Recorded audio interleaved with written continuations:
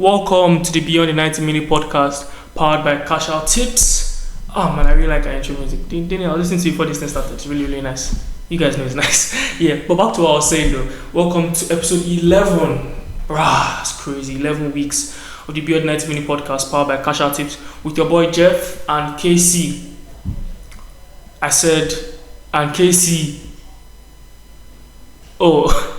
My bad, I forgot Real Madrid lost on Saturday. And and if you guys are watching the show, you already know what that means now. Madrid lose on Saturday means no KC for you guys to record on Monday, but it's fine. It's all good. Because, as always, I am here and I will not be disappointing you guys today. So, we have a lot to talk about today. For starters, we're going to do our UCL preview for tomorrow's Champions League, tomorrow Wednesday's Champions League games, which, hot.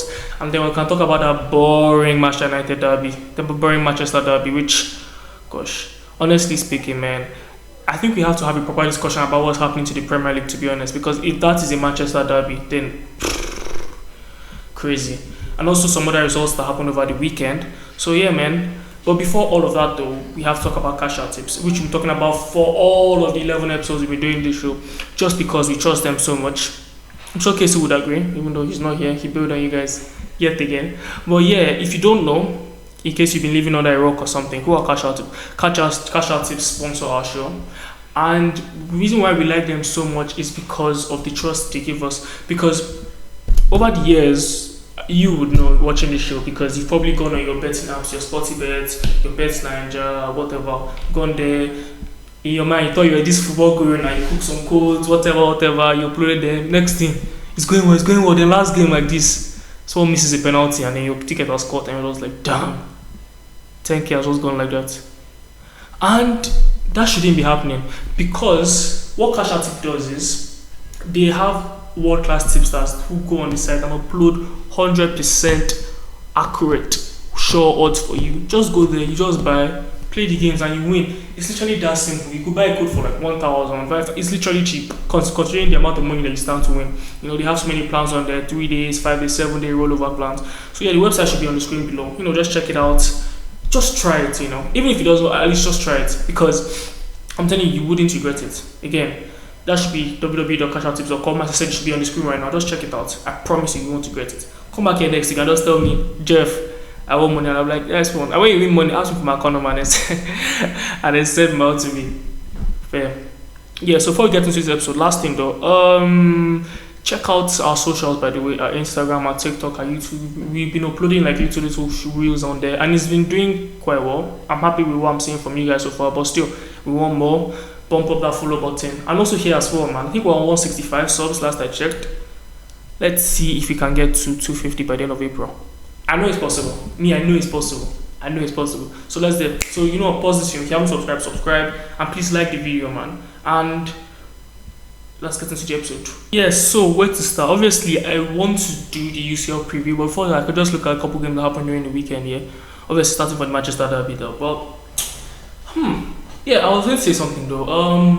It may not be a big deal to some of you. I know some of you are killing it on social media, but one of our shorts got 1k views on YouTube, which was a pretty big deal for us actually. So if you liked that video, if you saw it, thank you very, very much. And yeah, man, now that I've hit 1k, I don't want anything below this video to 1k. All our shots going forward 1k, but hopefully that's what we're looking for right now. But so far though, get to comment section, like what do you think we could do better? Any topics you want us to cover, anything, any suggestions, we're very open to them. Guests as well. Like look at today, for example, when he wasn't coming. As I said, this is open for anyone. If you get in the comment section, if you want to come record with me, why not? As long as you know ball, just come on here. Let's make it happen, obviously. So as a Manchester United fan, how do I feel? The match was 0-0, like we didn't lose, but as a neutral fan watching that as the Manchester derby, I understand how it must feel. Like, look, if you're not a Manchester United or a City fan, I don't even know why you watch that match. It was like, what was going on?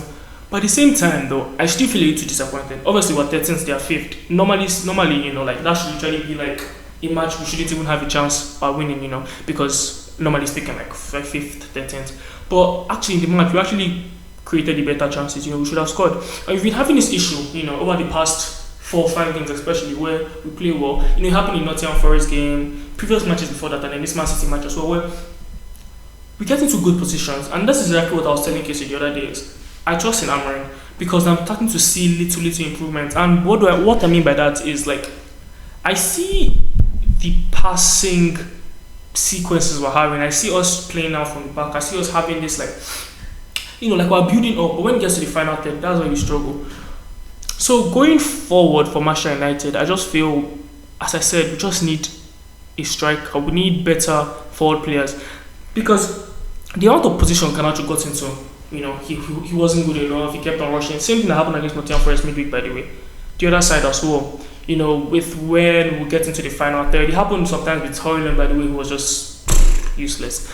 But what I just feel that somehow if we get these better attackers, if we get like an Osimhen or we get like a Kuni or something, I think results like 100%. Looking at this season, we could have gotten like 10 more points if we had better attacking players. But from Man City's perspective as well, it was disappointing to see because Man City actually spent, like we didn't spend a lot of money in the January transfer window. Man City spent over £100 million and that's still what they're producing.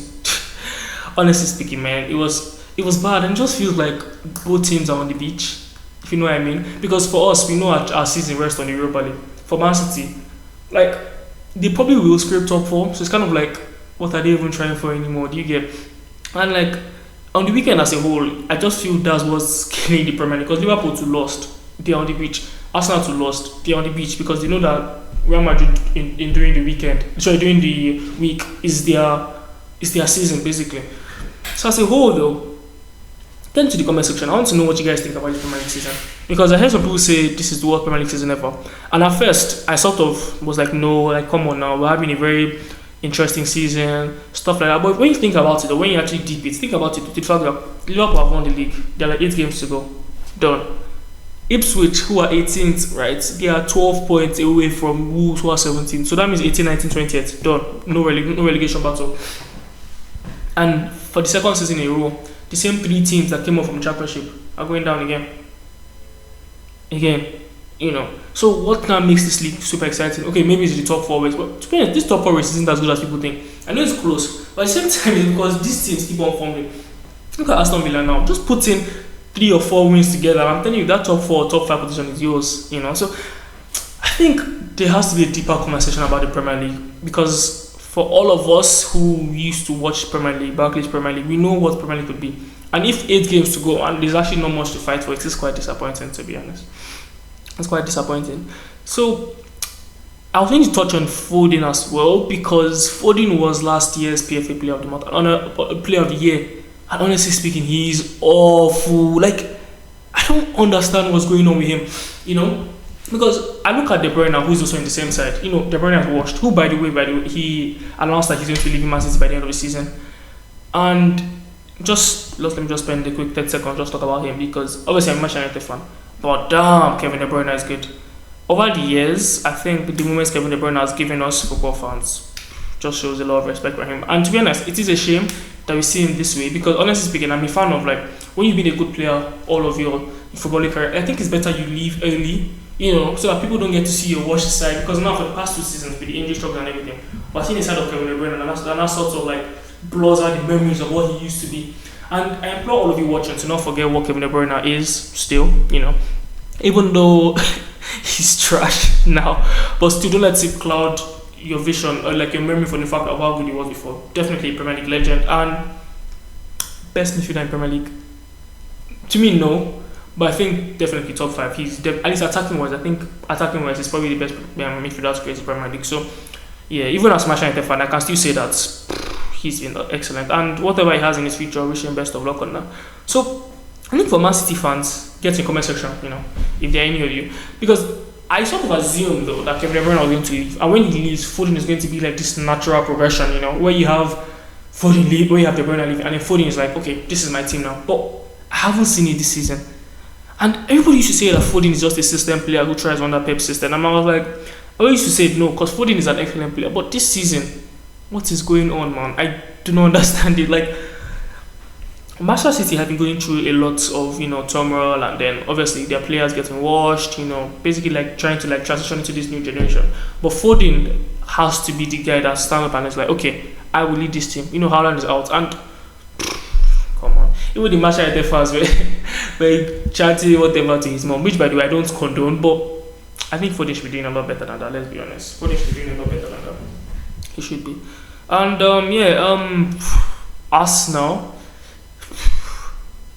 Arsenal are just so confusing, man, because Liverpool lost this weekend, right? And like it doesn't even mean anything, and it just pisses me off so much. And I think Arsenal fans feel the same way because if you guys didn't mess up that January transfer window, like you guys would have been putting pressure on Liverpool right now. Because if you guys spent 50 million and bought a single striker in, I promise you from January to now, you guys would have had like an extra 5-6 points, and then the gap between you and Liverpool would have been like 6 now. You guys still have to play them. But now look at it. You guys play Everton, you guys draw, Liverpool lose, and then now the gap is 11. So like the league is done, and it's unfortunate to see. But for us now though, like I was watching the match against Everton, which by the way my eyes were bleached because I had to watch 60 minutes of Raheem Sterling. God, 60 minutes of my time I'm never ever going to get back. Like man, he's awful, man. Just shaking that bunda around. I was like, guy, man. But I get it though. Obviously, Real Madrid on Tuesday, so I get you want to rotate and stuff. But the reason I didn't watch the match was because I was trying to see if there was anything I can take from that performance to say, okay, I'm trying to see if there's any way Arsenal can pull up an upset against Real Madrid. I'll get into that in a minute after the whole Premier League game and everything. But I didn't particularly see it, unfortunately. But I'll get into that. But by the way, though, Arsenal fans, was there a penalty against you? I don't think it was. I think Luis Kelly has been really, really unlucky this season. Man, he just keeps getting on the end of these bad refereeing decisions. But at the end of the day, man, like Premier League for Arsenal, it doesn't really matter anymore. You know, like let's just all road leads to Tuesday. And unfortunately, if that doesn't go well, then we're having another season as a write-off because the owners just chose that, okay, let's not spend any money, which it is not good enough. And I've already said though, Liverpool losing, I'm not even going to get much into that because they've won already. I just think where they are right now, they know the league has been won a long time ago. They are knocked out of Champions League, the Carabao Cup, and honestly speaking, they're just taking a seat back. They are the beach. There's no Arsenal not putting pressure on them. So they should lose 3 games. It's not really going to matter. So as I said, but Salah though, a lot of people have been saying where did Salah go? Like Salah has been ghosted. I just think with Salah, he's been doing so well, and then after the whole Champions League and Carabao Cup thing, I just think he just took that drive away from him, you know. And I can't really blame him. But unfortunately, I just think with this stretch he has had to end this season, a lot of people are close-minded because a lot of people just look at what your recent thing was. Like, you know, like if this episode sucks, nobody's going to watch the next episode because it's just like what happens, like the latest thing that happens is what people remember. And I hope people don't like go into this thinking this was Salah's season because he has been a lot better than this. But unfortunately, I don't think there's any Ballon d'Or for him this season. Yes, I think that concludes Liverpool and Arsenal. But wait, please, editor, please, I need you to get a video out beside me of Ryan trying to save that penalty. I just remembered. Man, I don't even. I saw Ryan do the same thing against Manchester United in the FA Cup for Zex's, but he sort of died out the way. And I'm like, bro, please, I hope the video is playing beside me right now. That was awful. I think I jumped away before. That's just poor. So yeah, I think that concludes like the main Premier League fixtures. Obviously, Aston Villa are winning. They're doing well. I think the top 4 race is kind of the only thing that Premier League fans are sort of clinging on. It's like, oh, this league is best in the world, and if you have the complete top 4 race, it's been interesting to see who gets there. But my prediction, if you guys are watching this podcast for like the first couple of weeks, you know I'm terrible at predictions. But if I'm going to guess, I would say Liverpool first, Arsenal second. I think Nottingham Forest will make it. I know they lost in the weekend, but they will make it. And then I think top 5 is going to work this year. So I think I'd say Chelsea drew again. I think I'll say Chelsea 4th. Which, you know what? Yeah, I think I'm going to go Newcastle 4th, Aston Villa 5th. I just like it. Chelsea and Man City miss out. When Chelsea and Man City in the Europa League, man, I'm going to feed families. So, La Liga. By the way, I saw a report actually that apparently Madrid have finally chosen their penalty taker. It's going to be Mbappe for the rest of the season. And they should have done it a long time ago because they lost against Valencia, right? But before Valencia even scored their first goal, Madrid had a penalty. And we have this same thing happening again where there are games where Mbappe takes the pen. There are times where Vinicius takes the pen. Between Bellingham takes some and miss. All of them have missed a couple this season. And it's like, the way other teams work, right? And even the commentator said that he was like, the good old days where you knew it was Ronaldo taking it. Even if Ronaldo missed, you knew he was going to score the next one. So I don't really support this whole thing of if a player misses a penalty, he's not taking it again. I don't think that's the way it should go. Because for you to select someone as your penalty taker, you've seen it in training. He is your best penalty taker. That is exactly why you trust him in the big moments like that. And it happened again because when the penalty happened, I was so sure Mbappe was going to take it because Vinicius missed against Atletico Madrid. And I didn't think Vinicius was going to stay a penalty taker because, bro, we've seen Mbappe score 2 penalties in the World Cup final. We've seen Mbappe take penalties for PSG, so that's what I thought. But obviously, Vinicius has been struggling a bit this season, so that was probably him saying, like, let me try and get my confidence back. And he took it and he missed. And, moments like that, they really, really matter because you could say the game was 1-1 eventually, and then Valencia won, it doesn't really matter. But if Madrid take the lead then, it changes the whole game because Valencia have to come out, they have to attack, and then with Real Madrid's attacking players, like, that could easily be 2-3. That's literally what I thought. So I'm happy though that they finally have one. Carlo Ancelotti has finally made a decision because I just think it's really, really going to help. Because this whole argument of it thing, look at it, boom, for Barcelona, Lewandowski didn't take it, and he's probably going to score it. Look at Liverpool, Salah is taking it. Manchester United, Bruno is taking it. Chelsea, Palmer is taking it. There doesn't need to be any discussion because obviously, these things are very, very important because this is a tight La Liga race, unlike the Premier League, by the way. But the way I see La Liga is you can't afford these tiny, tiny mishaps. And luckily for Real Madrid lost, by the way, which is why Case is in here. But the game as a whole, though, I won't say Madrid were that bad. I just think Valencia came there to defend, and Madrid just had a bad time. They had a hard time figuring out how to break them down. And obviously, 1-1. Madrid commits bodies forward. My English. Commit bodies forward. Yeah. And then Hugo Duro scores and it's 2-1 and they lose the game. And for Barcelona fans, you must be kicking yourselves because, bro, this was a chance to go 6 points clear. And then you now go and draw against Real Betis. And honestly speaking, man, as a neutral in this, I love it. I want you to stay as close as you can. As I said, I want Madrid and Barcelona to keep winning games so that when that Clasico comes, it's like this massive game. But Madrid lose, Barcelona draw, which I guess in the context of how Madrid played and everything, you think for Barcelona is not the worst result in the world. But still, they'll be kicking themselves because they know a win there and you're 6 points clear means you could even lose a game and you're still there. But now the gap is 4, which the Barcelona Betis game, I don't necessarily understand how they managed to lose that game because they started well, Gavi scored, and they kept on piling on the pressure, and then they allowed Betis to score from a soft set piece, and then from there, Barcelona controlled the possession. They just kept on giving it away. And credit to Manuel Pellegrini, by the way, because I've always quite rated him, even at his time at Man City, because he's a good coach. So what he basically did was any single time Barcelona turned the ball over, boom, Betis would just swung forward. Anthony would carry the ball forward, the supports, and immediately like that, Barcelona under a lot of pressure because they committed a lot of bodies forward. So they just kept on doing that, and it just kept on causing Barcelona a lot of trouble. But I still thought they were going to win that game. They had chances to win that game. I don't think Lamine had his best performance. Pedri wasn't as good as I've seen him be this season. And ultimately, do I think Barcelona are going to regret drawing that match? Probably. But the way it goes, I just think it's probably not the worst result in the world. As I said, with Madrid losing, it was still 4 points clear. So, I don't know. Atletico Madrid won, but I can't even say that. Atletico Madrid, they already messed up. They can't do anything anymore. So, yeah, I think that's my quick rundown of the weekend matches. So let's get into the Champions League preview. Boom, boom, boom, boom, boom, boom, boom. I don't know why I did that. So obviously, the first match we obviously have to talk about is Tuesday night's match between Real Madrid and Arsenal versus Real Madrid. Arsenal at home. And always Arsenal fans, I'm saying we want Madrid. Guy, is tomorrow. It's finally here. And Arsenal fans are probably panicking right now. But the question I have for all of you in the comment section, though, if you're an Arsenal fan or whatever, it's just a football fan, what do Arsenal need to do to beat Real Madrid? That's just my question to you guys. Get in the comment section. Because, honestly, Saka is back, which is a massive boost. And with Mendy out of Real Madrid, Saka versus Fran Garcia is something that I feel Arsenal fans could sort of have a bit of hope on, because that's a matchup that I don't think Real Madrid are going to like. Which, in the Valencia game, though, they tried playing Alaba there at the end, so maybe that's something that they eventually...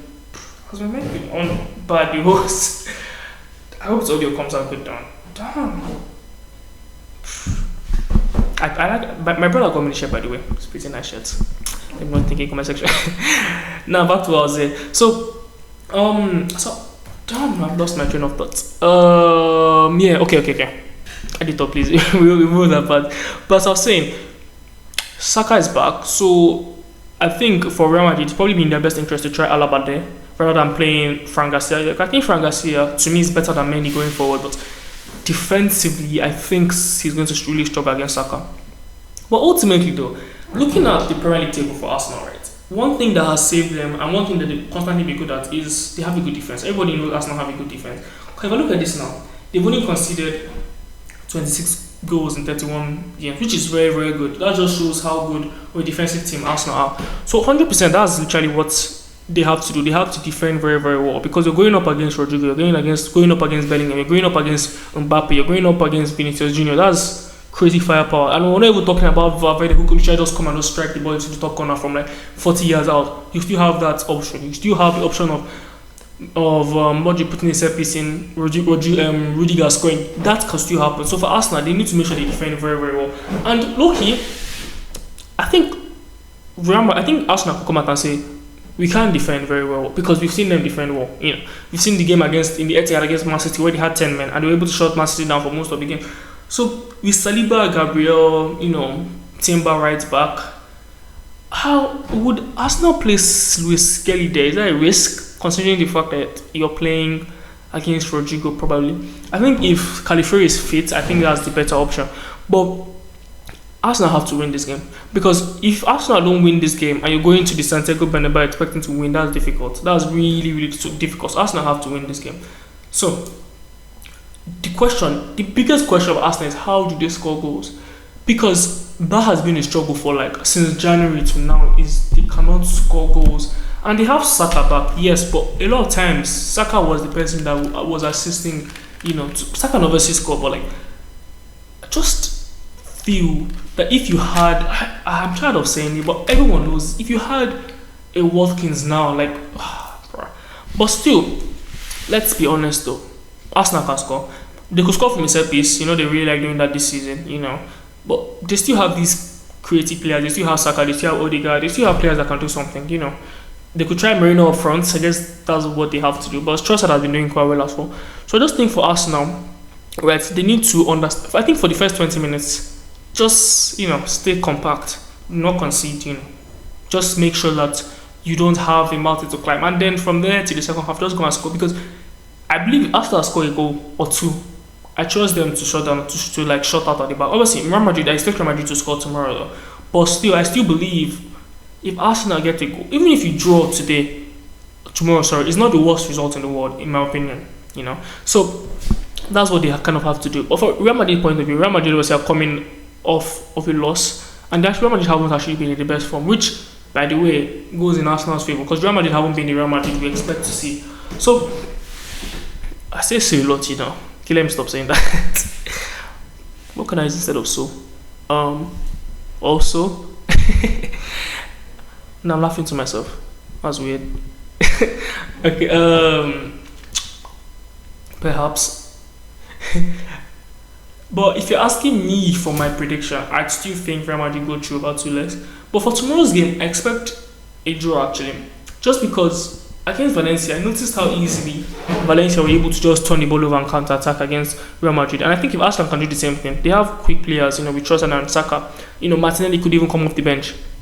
Those pacey players can potentially harm Real Madrid, but at the same time, Real Madrid know this is Champions League. Real Madrid know this is their cup. This is literally what they do. So it's going to be a very, very interesting fixture. I just hope we don't have a situation where Madrid just blitz Arsenal out of the water. We don't have a situation where Arsenal gets into good opportunities and they miss chances. And everybody's like, I wish they had a striker. I just want to watch a very, very good football game. So for tomorrow, I think my prediction, I'm going 1-1. I think Arsenal can limit Real Madrid a bit. That's what I think. I think 1-1. I'm kind of tempted to go 2-1 Real Madrid. I'm not going to go 2-1 Real Madrid. I think Real Madrid will win. But I think Arsenal would put up a fight because this is the try their season. They have to do something.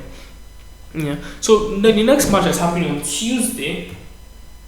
But I didn't get in the comment section. Let me know. As an Arsenal fan, as a Real Madrid fan, what do you think is going to happen?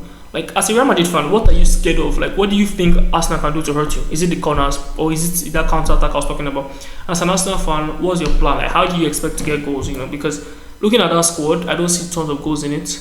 Because, as I said, with the injuries and stuff like that, and then not signing anybody. So let me just know what you guys think.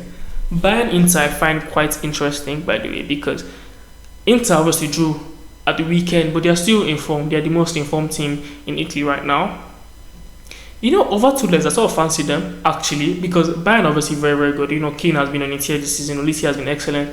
Musiala he's been decent, not as good as last year, but he's been good. Company has been cooking something in there, but over 2 legs, I'm going to Inter. I think Inter have enough, with Lautaro Martinez playing very well. They have a very, very good defense, an excellent defense, by the way. So I'm going Inter over 2 legs. But the first leg, Bayern at home, I'm going 1-1 again. maybe I'm playing this scared, but I'm going 1-1 again. I think both teams are going to score. Don't take my advice and I'll say you're not going to stick both teams will score into cast. You're not like, oh, Jeffrey said, no, please go to catch out tips. They're going to have crazy tips for these fixtures, So I'm going Inter over 2 legs, but I think this match will be a draw. I think both teams are going to score because both teams have ways to score goals. Like, they have ways to score goals. Look at the firepower, Inter had firepower, Bayern have. But I'm not looking forward to watching very, very good football tomorrow because these are cracking games. So yeah, let's see how it goes. And then Aston Villa PSG on Wednesday is very, very interesting. But I feel people are overhyping what it could be for Aston Villa. Because I personally think PSG beat the shit out of them. I'm sorry, because PSG have the league wrapped up already. They have the league wrapped up already. And I don't know if you've watched PSG this season. Bro, they are good. They are very, very good. And honestly speaking, they are my pick to win the Premier League this season. Not because I want them to win, because I just like the way they play. I like the fact that they have wingers that take people on. Not like these wingers you have now who are robotic that just get the ball and they just pass back. No, like look at when Dewey gets the ball. He wants to take you on. When Kabaskia gets the ball, he wants to take you on. Dembele, same thing with Barcola. So honestly speaking, I think the first leg Aston Villa at home. So you know what? Yeah, I'm going. Okay, no, PSG at home first leg. I'm going 3-1 PSG for the first leg, and if that actually happens, then I think the side is over. Honestly speaking, I just think people are overhyping what the match could be. I personally think it could be a situation where PSG win, they tie like 5-2, something like that, and they go through pretty easily to face either Barcelona or Dortmund. Dortmund. Honestly speaking, I feel the same way I feel about the PSG. I feel like Barcelona are actually going to blitz them. I think this is going to be built to us. I think Barcelona right now. Obviously, they drew against Betis, but they are still a very, very good team. And Dortmund haven't been that good in Bundesliga this season. They haven't really been. So, obviously, Dortmund have the top scorer for the Champions League in Gracia and stuff, and they still have attacking threats. They still have Brandt. They still have. I could have sworn I knew another player that played for. They still have Durant, who is quite exciting. They have other players as well, but Barcelona have too much. They have too much firepower. Look at Barcelona. Look at what they shown this season. Even when Lewandowski is able to score, he just bring out Ferran Torres off the bench and he can score a couple goals. So, honestly speaking, they look good. I think they look good. I'm like, damn, hot. They look good. So I'm going Barcelona. Obviously, the first leg. Let me just confirm this. The first leg. Who are home? Barcelona. So I'm going 2-0 Barcelona first leg, and if that happens, then the tie is already over. So yeah, as I said, I don't know if I said it though. This episode is going to be a quick one because I'm not going to talk in for 1 hour by myself. Like God, you may not believe, but I actually have a couple of things to do. So yeah, I don't know what you think about the episode. I spam the comment section with Case is a baby again because he did the same thing again. Madrid lost and he ran away. So we'll see. Let's see if Madrid win this Champions League game. I'm pretty sure if they do, you see him next week. So yeah, but I hope I haven't been too bad. I think I've been decent. Let me know in the comment section what you think about everything we spoke about. What do you think about the Arsenal Madrid game? As I said, what do you think Arsenal can do, or do you think anything Arsenal can do as a bar? And then let me know what you think about Aston Villa PSG. Do you think it's a dead match as I think as well? Do you think there's something Aston Villa can do? Let me know what you think about the Bayern Inter Milan match. Let me know what you think about the Barcelona Dortmund match. And Manchester United play Europa League on Thursday. Hopefully we win, because if we don't, that's our season over. But That's all I have for you today. So as I said, man, check out Cash Out Tips, check out our Instagram, check out our TikTok, and please like, subscribe, share this thing to all your friends. We'll be coming back with you with more content. There are a lot of things we're planning on doing. And as I said, get into the comment section. Let us know what you want us to do. We're thinking of like doing some watch along sometimes. Going out to some bars and stuff, just doing content there, watching some live, like some local matches as well. Just going out, getting there, interviewing some people. We're thinking of all of that. And that can only be possible if you guys like, where did I put them? I think the like button should be somewhere around here. So thank you so much, and I'll see you guys next week.